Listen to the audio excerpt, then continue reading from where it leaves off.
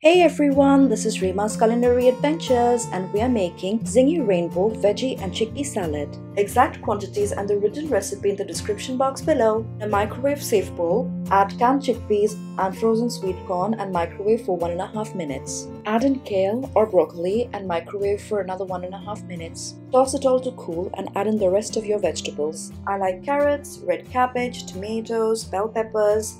You can add or replace with whatever you want. You could use cucumber, spinach, any vegetables that you may have on hand. For the dressing, add grated garlic and chilies to minced onions.